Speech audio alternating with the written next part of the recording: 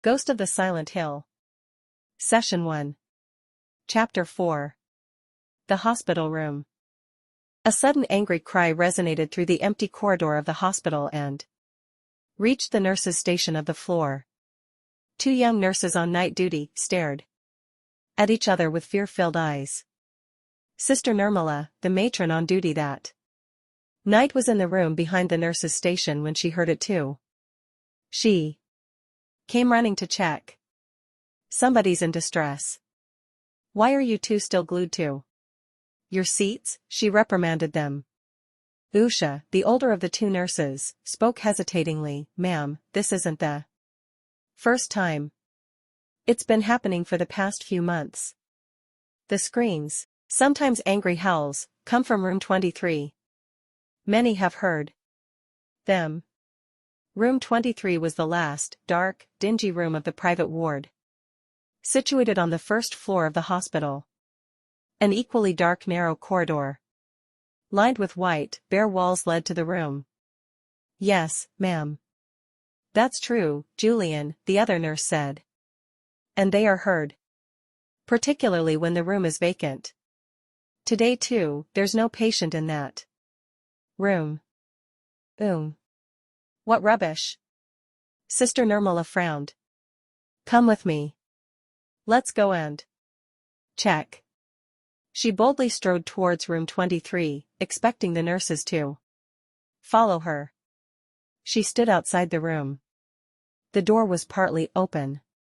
It should have been locked when not in use. How careless of the staff. At that instant, she heard a growling sound. Momentarily, she was unnerved. Then, gathering courage, she shoved open the door. Before entering the room, she looked back. There was no one behind her. The nurses hadn't followed her command. They need pulling up, the disobedient lot. She gritted her teeth, wavered for a second, and then entered the room alone. The room was dark and cold. It had a stale, festering stench of decay, unlike the other rooms that smelled fresh, of antiseptics and sanitizers. The curtains were not drawn. Faint moonlight seeped in through the bay window, and that's where her vision stopped, at the window. She became immobile. Someone stood there, watching her intently. Then the shadowy figure began to move towards her. There you are. At last, she clearly heard a man's voice. Instantly, she heard the door shut with a bang behind her. Nirmala stood rooted to the floor. Her vision had got adjusted to the darkness by now. The figure was approaching her, slowly, gradually. When it was barely 5 feet away, she recognized the face. A loud shriek escaped her throat and she rushed towards the door. It was tightly shut now. She pushed it. It was jammed, as if it hadn't been opened for years. She banged it with her shivering fisted hands and shouted continuously. Then, she felt 2 hands on the nape of her neck. The pressure on her neck slowly increased. She began to lose consciousness. Just then the door opened. And 2 nurses along with a ward boy stood outside, shaky and worried.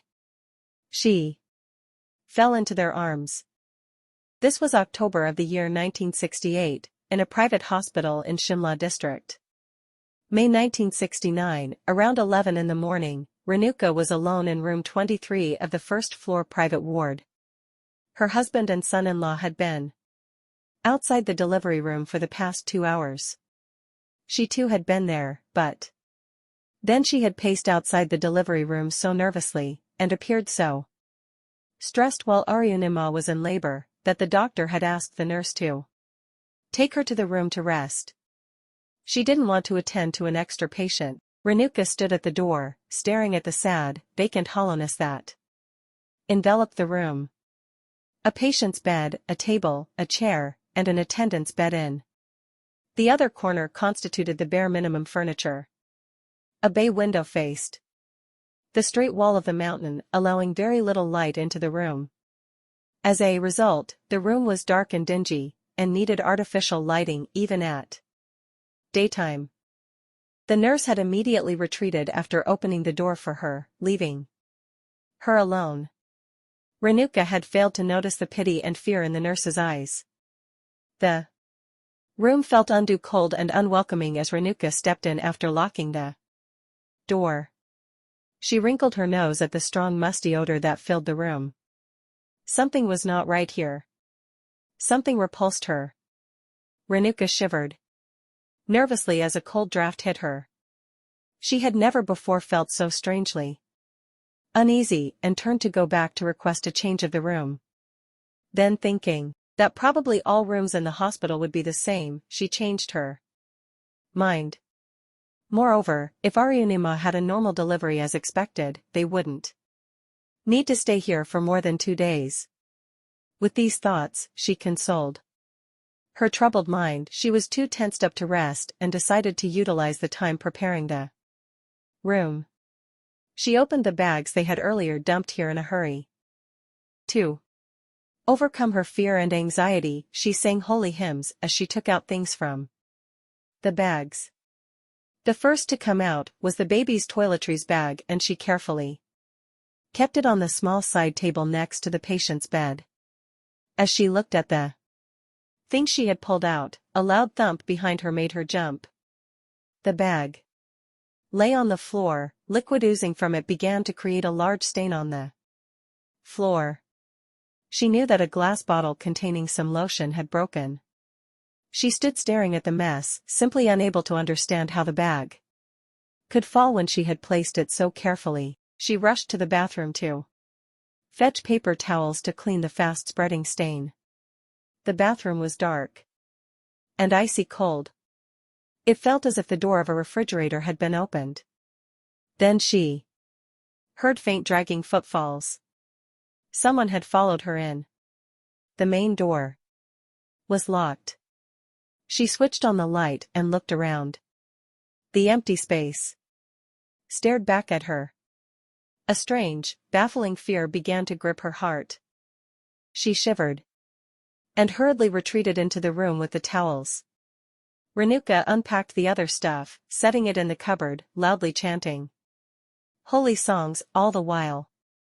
And while she walked about the room, she continued to feel a presence, a mild rustle, a shuffle, a faint shadow. There was nothing perceivable in the room, but there definitely was something. She had a strong intuition.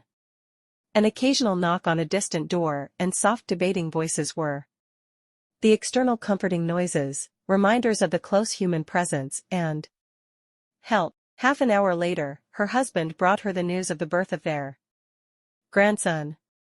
She heaved a sigh of relief. Both the mother and the baby were well. All anxiety forgotten instantly, and with her husband around, the uncanny fear receded to the back of her mind. It was perhaps a conception of an edgy mind and new settings, which were making her uneasy. Soon the jubilant father of the newborn joined them in the room, and the atmosphere became one of respite and celebrations. In the evening, both the mother and the baby were shifted to the room. Renuka became too occupied even to remember the inexplicable presence she had felt that morning. Around 7 in the evening, the men left for home. They intended to pick up dinner on the way and would be back the next afternoon. Feeding Aryunima. The diet supplied by the hospital catering, Renuka ate the sandwiches and coffee she had ordered. A nurse came around 9 to help Aryunima breastfeed her baby. Renuka found her behavior strange as she endlessly kept shifting her eyes around the room. She was clearly very discomfited.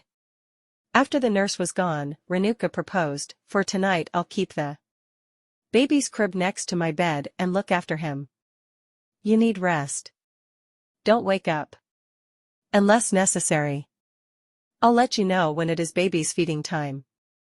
Aryunima nodded and watched her mother drag the crib next to her bed rather gratefully. She was exhausted and within minutes was fast asleep. With both the mother and the baby tranquilly asleep, Renuka sat down to pray. She thanked God for the beautiful gift, their bundle of joy. She prayed to God to bless the newborn and keep him safe always. After reading a few verses of the Bhagavad Gita, and then keeping it on the bedside table, she switched off the light. She might have to get up frequently at night, therefore, she decided to steal as many winks as she could. The night bulb was on, spreading gentle comforting light in the room.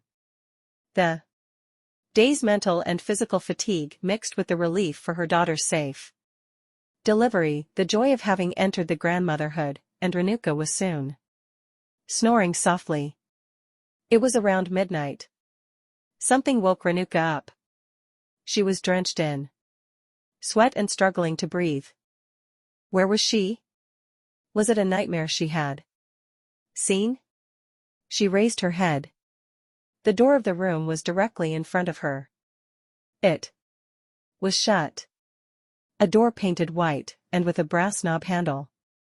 This was the door she had seen in her dream. She had seen the golden knob turning and the door opening. She took a few deep breaths to calm her nerves. Then she dropped her head back on the pillow and lay speculating. Who was the man with blood pouring down his body? She had so vividly seen him enter this room through the door. It didn't feel like a dream at all. It seemed so real.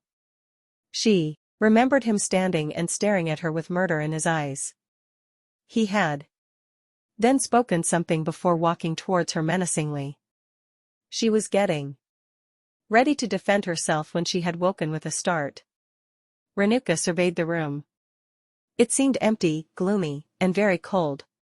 She shivered and raised her head to peek at the baby. He was sleeping serenely. Arunima too was blissfully asleep. She wondered what the time was. Her watch was kept in the cupboard and she had no intention of getting up.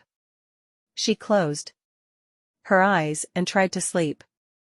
10 minutes later, she heard Arunima moaning and her eyes flew open. She instantly noted a faint shadow bent over her daughter. As the shadow gradually became distinct, Arunima's struggles intensified.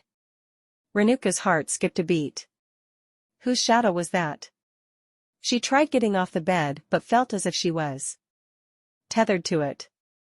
Arunima was now cursing audibly. Two shadowy hands barely inches above her neck were slowly pressing down, suffocating her. Her curses changed to prayers, Ram, Ram. With an effort, Renuka sat up. Just then, the shadow began to straighten up. Where's she? A gruff male's voice reverberated in the room. Renuka saw the shadow turn its head towards her. It seemed to be directly staring at her. And, this time, it was no dream. Though it was the same eerie figure she had recently seen in her dream. She was drenched in sweat once again and her heart jumped out of her ribs. The shadow straightened up and began to move towards her. The baby's crib was between her and the shadow. The baby was in danger. Renuka mustered up her energy and jumped out of the bed. She had barely snatched the baby from the crib and wrapped him in her protective arms when the crib shook dangerously. She stepped back. The electric bulb, along with the complete contraption, crashed on the baby's pillow. Renuka stared horrified. Arunima was now trying to sit up. Mama, what's going on? I am so scared. Someone is here. He tried to strangle me. She was crying hysterically. And then, she saw it, a ghostly shadow near her mother, and screamed. She made a futile effort to leave her bed. Her mother was holding the baby in her arms, shaking violently, and chanting mantras. Then they both heard a distinct growling, like a breeze against the dry leaves, or a distant rumble of the thunder. Joe! Renuka rushed to Arunima. Arunima, get up quick. She almost dragged her out of her bed, supporting her daughter by her left arm while holding the baby in her right. She rushed towards the door. Renuka turned the knob and pushed the door to open it.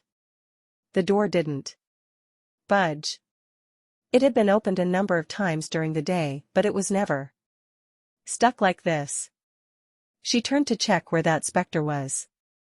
A misty but distinct shadow stood right behind. It was then that she felt a strong blow on her left cheek. A terrible chill ran down her spine. She shrieked, and so did Aryunima. "Where's She?" they both heard again.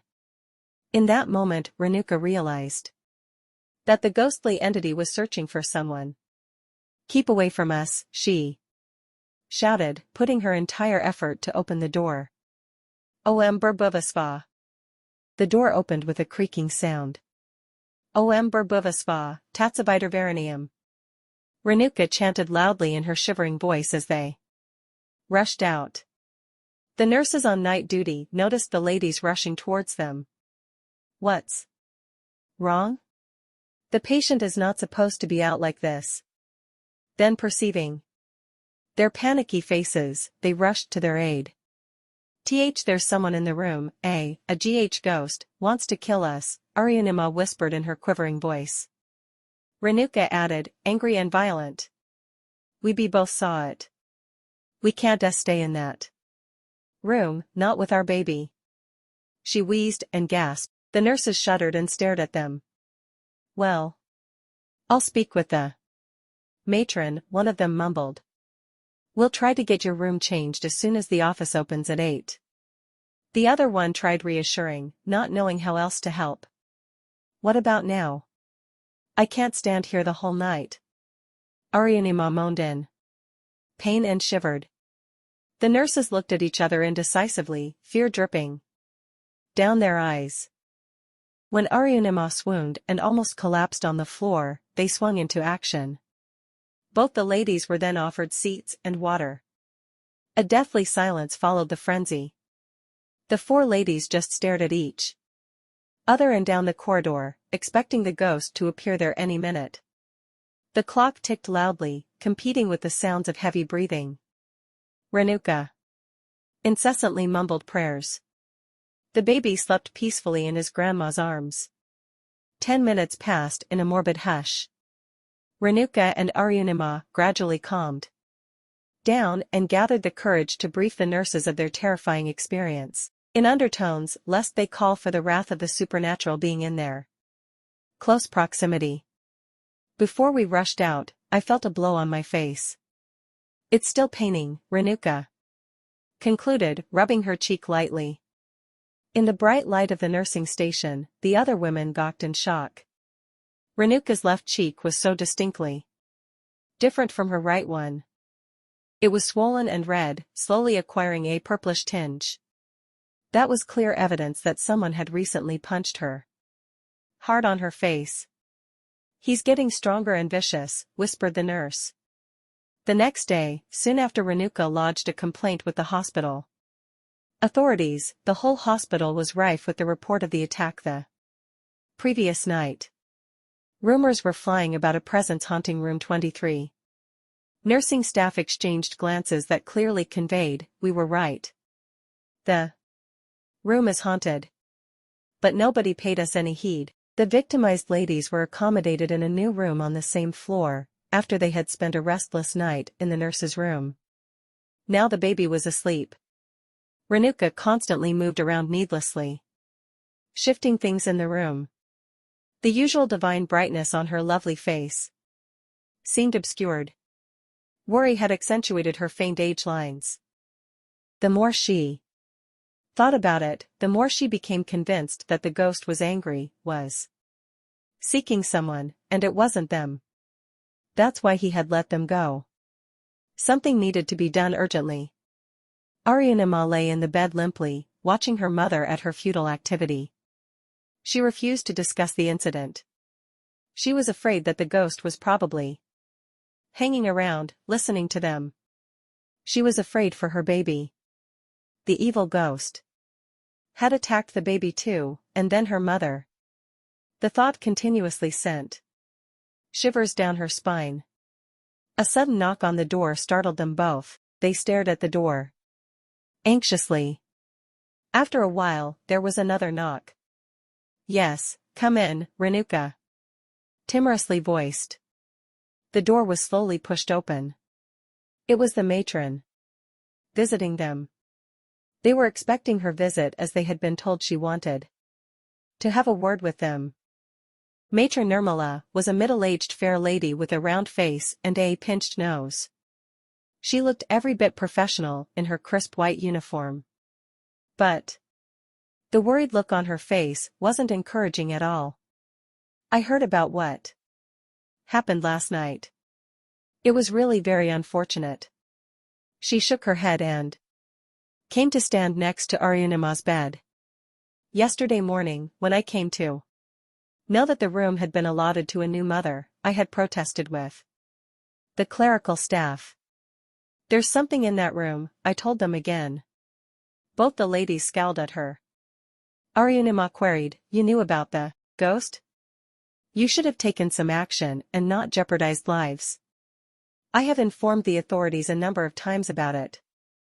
"You are not the first one to experience the paranormal here. There have been 3 or 4 instances earlier too. But the administration is not ready to believe me. Neither have they done anything to even confirm my reports." "Matron, what if the ghost has followed us here?" Arunima's hand shot up to cover her cheeks in reaction. She inspected the room with frightened eyes. The outlay of this room was exactly like the last one, perhaps like all other rooms of the hospital. "Oh my God! I don't want to stay here another day. I want to go home today." Her mother protested even more intensely. "Yes. We can't stay here a day longer. No way. This hospital is creepy." "Arunima, your discharge won't be possible today," Matron Nirmala said, putting her comforting hand on her shoulder. "Your attending doctor has already left written instructions for your discharge tomorrow. She wants you under observation for 1 more day. That's the procedure of the hospital. Anyway, it's only 1 more night. You'll be fine in this room. The bizarre things only happen in the room you have vacated." "Why is it so?" Arunima puckered her brows in worry and annoyance. "I can't say for sure." The matron shrugged. "Now why don't you rest? You need it." She was clearly avoiding to have any more discussions. Renuka was not going to relent so easily. Now that Matron Nirmala had openly accepted a presence in that room, she must go to the core of the problem and get the mystery solved. It is believed that if someone has an untimely and violent death, the spirit does not get its eternal peace. Isn't that true? She looked at the nurse with narrowed eyes. "There must be many people that died in the hospital, painful, untimely deaths?" "Yes, that is obvious. The hospital may not be a pleasant place always."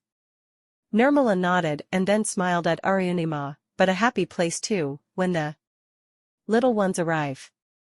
She noted that her effort of cheering up the frightened ladies was going futile. She shrugged and moved towards the door. "I can't say for sure." The matron shrugged. "Now why don't you rest? You need it." She was clearly avoiding to have any more discussions. Renuka was not going to relent so easily.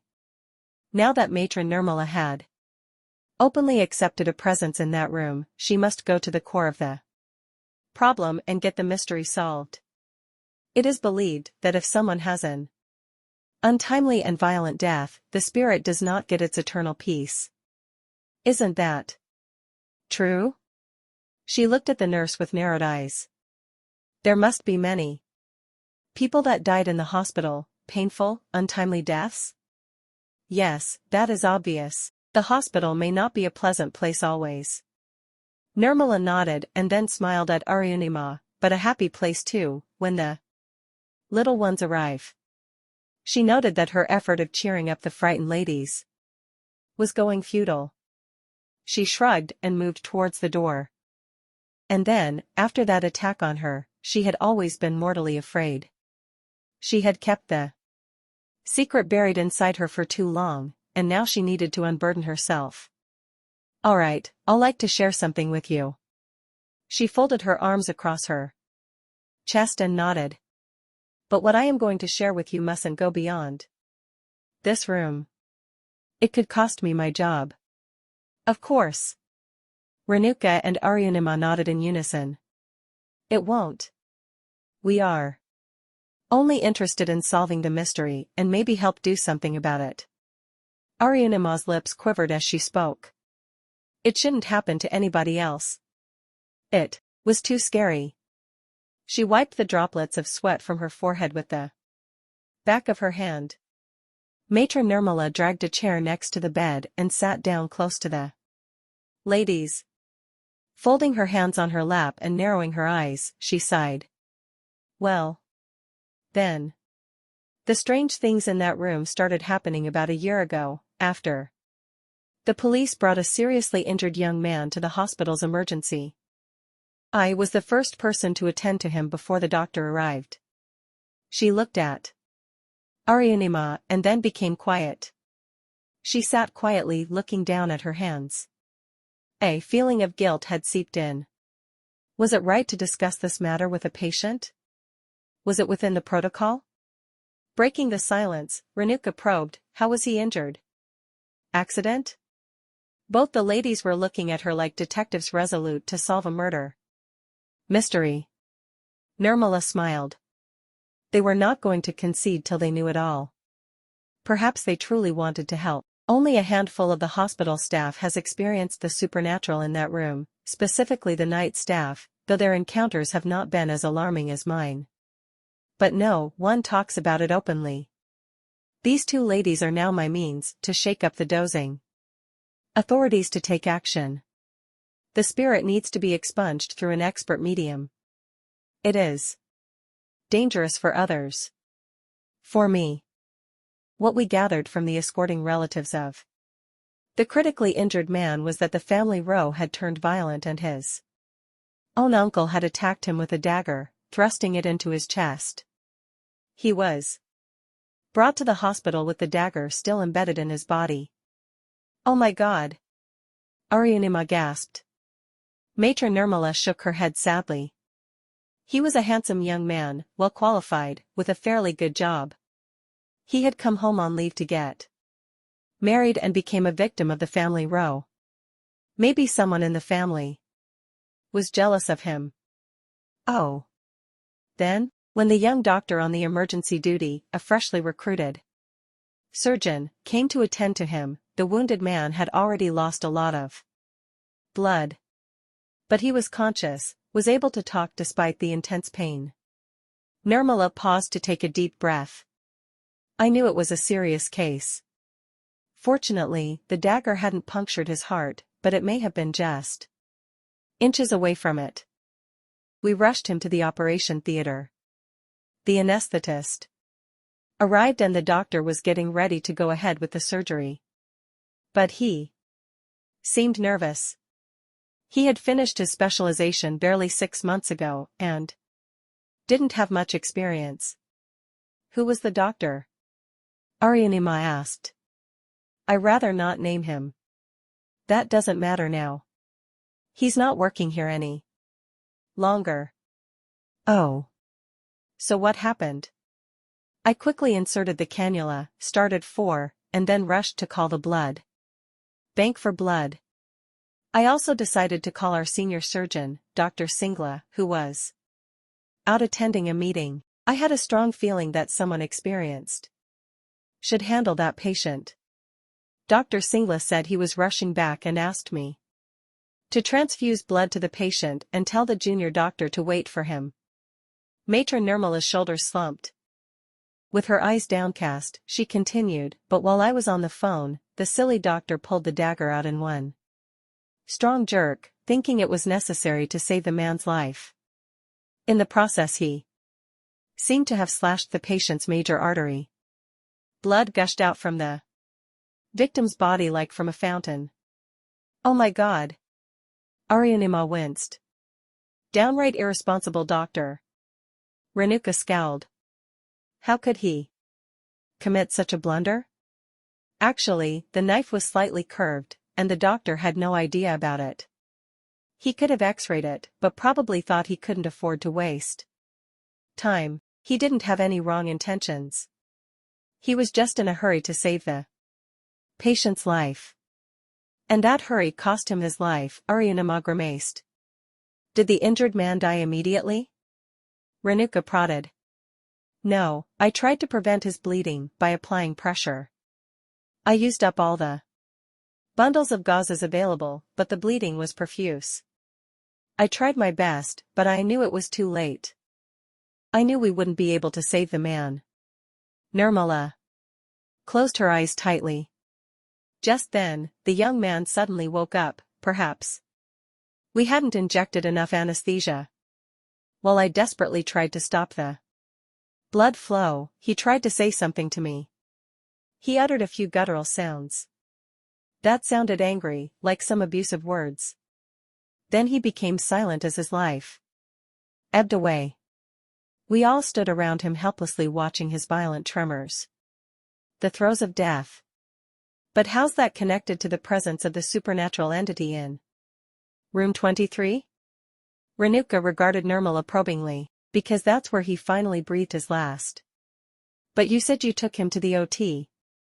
Well, when I told the doctor about the senior doctor's instructions, he freaked. Let's take him to a room and pretend we never brought him to the OT, he suggested. When I refused, he began begging the three of us, another nurse, the anesthetist, and me. My job, my whole career is in jeopardy, please, please, he continued to plead. Half-heartedly, we relented and slyly took the unconscious patient to room 23. Why to that room? Renuka inquired. For a few reasons. It was at the back, away from prying eyes, and vacant at that time.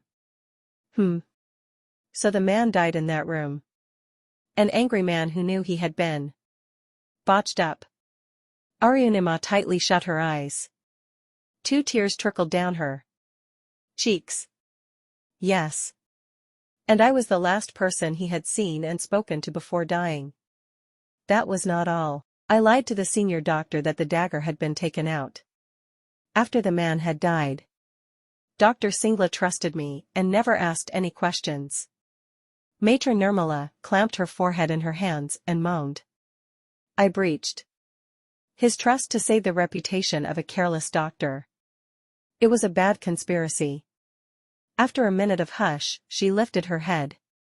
I knew that it was a big blunder on my part, to have docilely obeyed the doctor. If we had just focused on stopping the blood flow, starting him on blood transfusion, and had waited for Dr. Singla, perhaps we could have saved him. We wasted precious time rushing him to the room furtively. How reckless on our part. Nirmala's hands were fidgety on her lap. She had shared the sordid affair with someone for the first time, and part of the heavy burden lying on her heart seemed to have eased. She sighed. The wall clock went on ticking. The newborn continued to sleep blissfully, unaware of the danger his little life had almost encountered. The ladies went sad and silent. Renuka mumbled prayers. Nirmala sighed and then continued with her narration. A few days later, when I went to the room one night, I saw him. She covered her eyes with her palms and shuddered. Then she slowly lifted her head. She had visibly gone pale. There was no one else in the room. As I entered, I saw a shadow standing next to the window. Then it turned to look directly at me. It was him. I knew instantly. The same handsome face, though only a shadow of the original man. His face was distorted in anger. Oh my God! Weren't you scared? Of course. I shrieked and then fainted. Nirmala didn't want to divulge the Whole episode. So only you saw the ghost? Renuka asked. Yes. Why do you think he was angry at you? Aryunima asked. I feel it's because I had let him die when he had the will to live. He was to get married just a week later, you know. He had hope in us, that we would save his life. So you think it's the same ghost that troubled us last night? Yes. And this was not the first time. Other patients have complained about strange things happening in that room. Aryunima shivered, recalling her brush with the eerie ghost the previous night. Did you ever go to that room again? She prodded. I avoided going there for about a month after I first saw him. But you. No, duty is duty. I was with a patient there, one evening, around 8. I had entered with precaution, looking around to make sure there was nothing untoward. Things must have settled down, I thought, and relaxed. My accompanying nurse got busy giving an injection to the patient and I stood watching. And then I had a strong feeling of being watched. I looked up, and there he was, standing on the opposite side of the bed, glaring at me angrily. Nirmala shuddered visibly. The memory had shaken her all over again. I rushed out of the room before he could do anything to me. So, this ghost is still in that room, where his spirit had left his body. His spirit has remained there even after his body was removed and cremated. Renuka stood up and slowly walked to the window. It was a serious matter. The restless, angry spirit needed to rest in peace now. Aryunima probed, you said earlier that you had reported the matter to the authorities, and also that some other patients had had similar experiences. Yes. The same night, that patient felt a weird presence in the room. He rang the bell in the middle of the night. I wasn't on duty, but came to know about it the next day. The patient complained of someone roughly pulling his sheets. He also felt something heavy sitting with a force on him, hurting him. But he couldn't spot anyone in the room. The patient was alone, without an attendant. He was terrified. Naturally. Then, a few days later I again had to go there. How very reluctant I was. It was sometime during the evening. I didn't have the courage to go alone, took another nurse with me. Once again, I didn't see anyone on entering the room. After finishing dressing the patient who had had a minor surgery, I walked towards the washroom to wash my hands. I was still at the door when I felt a strong push. I staggered, saved myself from falling flat on the floor by grabbing the wash basin. Then the bathroom door closed behind me with a bang. The other nurse saw it all. She kept her nerve and rushed to open the door and help me. We both then rushed out of the room. The patient kept calling us to know why we were rushing out. That must have been scary. That's not all. You know, that patient, with just a minor surgery of gall bladder removal, died all of a sudden that night. No one knows what happened. There was nothing serious with him. But he suffered a massive heart arrest, without any history of heart disease. I saw him before he was taken away to the mortuary. His eyes were bulging, as if he had suffered extreme fright before dying. That terrified me. Color drained from Nirmala's face as she recalled what happened that day. I went to the hospital management to speak about my fears. They just laughed at me. Said I was mentally unhinged, was hallucinating, and wondered if I was fit for the job. She had tears in her eyes. I had to keep quiet to save my job. I have a family to support, 3 children. My husband is a philanderer, doesn't contribute. What about the doctor who had removed the dagger, and the other nurse? Who was there with you when the man had died? And the anesthetist? Aryunima asked. The doctor left within 15 days of the incident, reason not given. But I did notice him slowly becoming nervous. At times he appeared highly distressed. Something was going on, I knew. So did the anesthetist. He joined another hospital. And the nurse fell sick, really sick. She went home on medical leave and never returned. I have no news of any one of them. So, that leaves only me. Nirmala sat with her head bowed. Her hands were mildly shaking. Each time I've been to the room, strange things have happened. When I came to know yesterday that the room had been allotted to a lady about to deliver a baby, I panicked. I rushed to the office to get your room changed, but the clerks didn't pay me any heed. They said I was going nuts. But they changed it today, finally, Renuka quipped. That's because of your loud protest. It's good that you refused to go back to the room even to collect your things. Nirmala nodded. Before you leave the hospital, make sure to complain to the nurses, doctors, and if possible, go to the director too. The dozing authorities need to be woken up. Matron Nirmala, I can't spend another night in this hospital. I won't be able to sleep, Aryanima reiterated. It's too late now. The discharge will happen only tomorrow morning. I'm sorry. The baby woke up just then and began to cry. Nirmala picked him up, cooed the baby to soothe him and then handed him to his mother. She then walked towards the door. I have to go back to work now.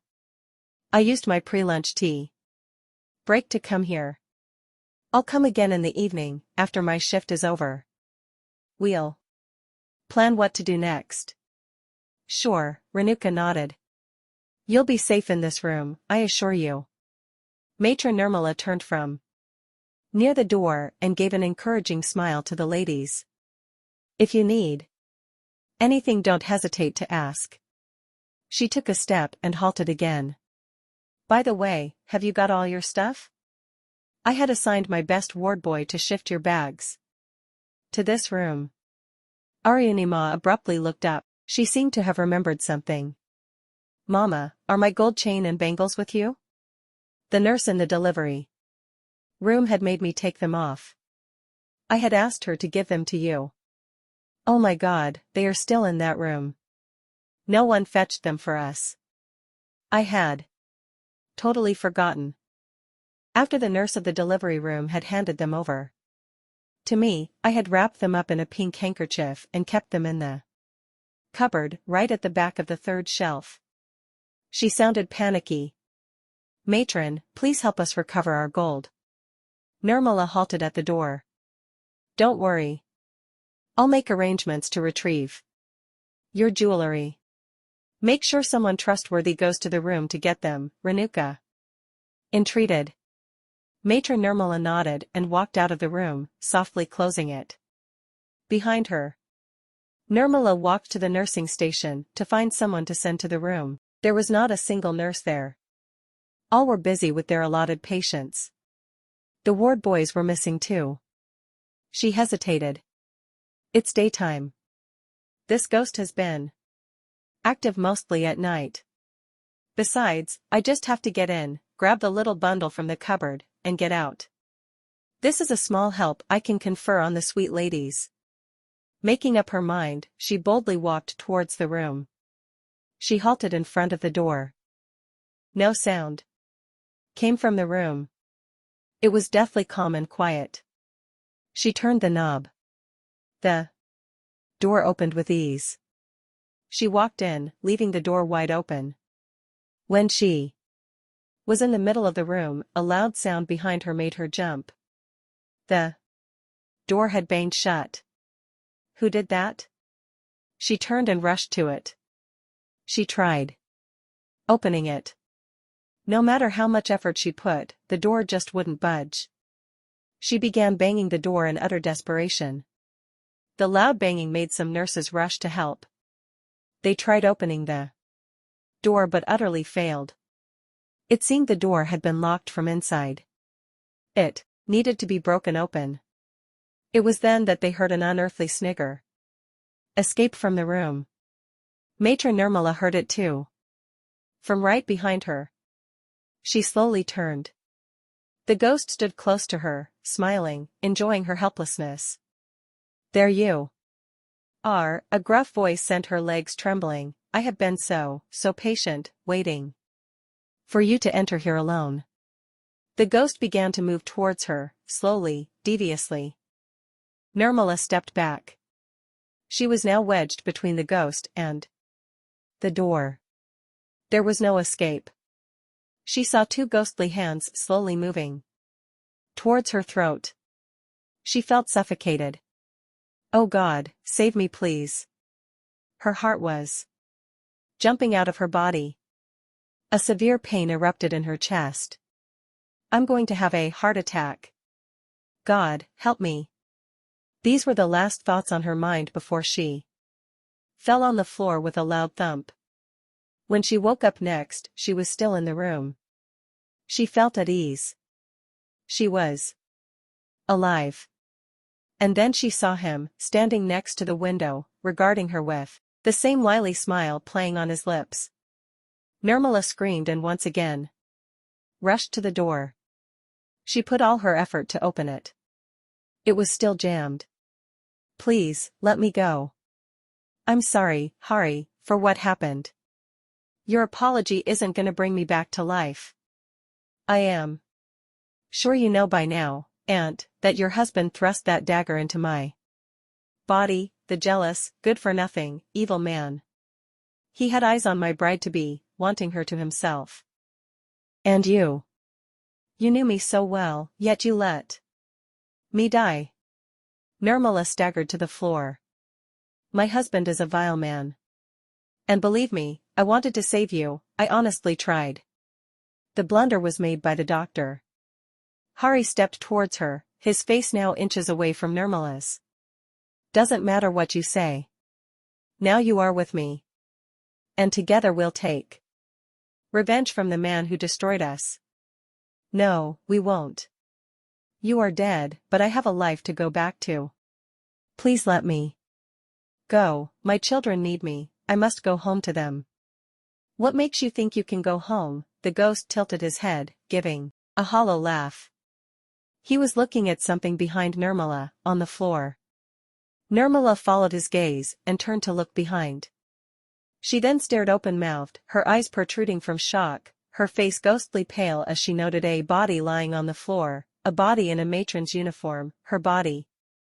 That morning, shattering the hospital calm, a blood-curdling cry and a burst of eerie laughter rose in unison from room 23, navigated through the corridors, and resonated in the entire floor.